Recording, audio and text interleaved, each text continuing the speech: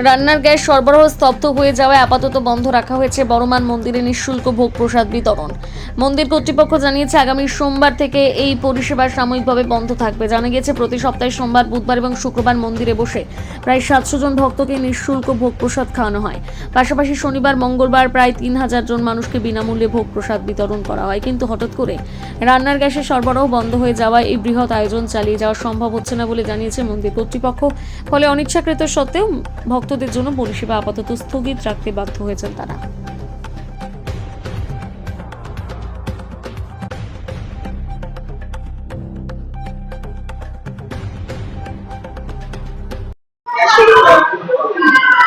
দেখো, গ্যাসের সংকটের জন্য গ্যাস পাচ্ছি না আমরা। মন্দির ট্রাস্টি কমিটির সিদ্ধান্ত নিল গ্যাস যখন আবার ইয়ে হবে তখন থেকে ভোগ চালু করবে।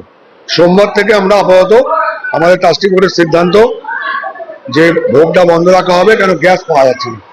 যাদের জায়গায় চাইছে কেউ দিতে পারছে না বড় গ্যাস, আর আমাদের এখানে গ্যাস ছাড়া সম্ভব না, অনেক রান্না হয়। কেন সোম শুক্র 600 থেকে 700 জন করে খায় এবং শনি মঙ্গলবার রাস্তায় দেওয়া হয়, সামনে অমাবস্যা আছে। সেই জন্য আমরা ঠিক করেছি সোমবার থেকে মায়ের এই মানুষকে খাওয়ানোর যে ভোগ সেটা বন্ধ রাখা হবে, শুধুমাত্র মাকে ভোগ দেওয়া হবে।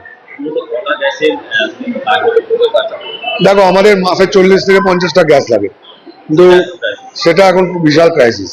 কালকে আমরা বললাম 5খানা গ্যাস দিয়েছে আমাদের, 5টা গ্যাসে সোমবার পর্যন্ত চলবে। তারপর থেকে যদি ঠিক হয়ে যায় চালু থাকবে, নাহলে আবার যখন গ্যাসের আকালটা বন্ধ হয়ে যাবে তখন আমরা মায়ের ভোগ চালু করে দেবো। এবং সরকারকেও বলবো যাতে এটা খুব তাড়াতাড়ি সম্ভব, যাতে এটা সলভ হয়ে যায়, সরকারের কাছে আমার আবেদন থাকবে। না, এটাও আপনাদের মাধ্যমে জানিয়ে দিলাম সবাইকে, এবং আমরা আমাদের ফেসবুকেও পোস্ট করে দিচ্ছি যে সোমবার থেকে আমাদের বন্ধ থাকবে খাওয়ানো।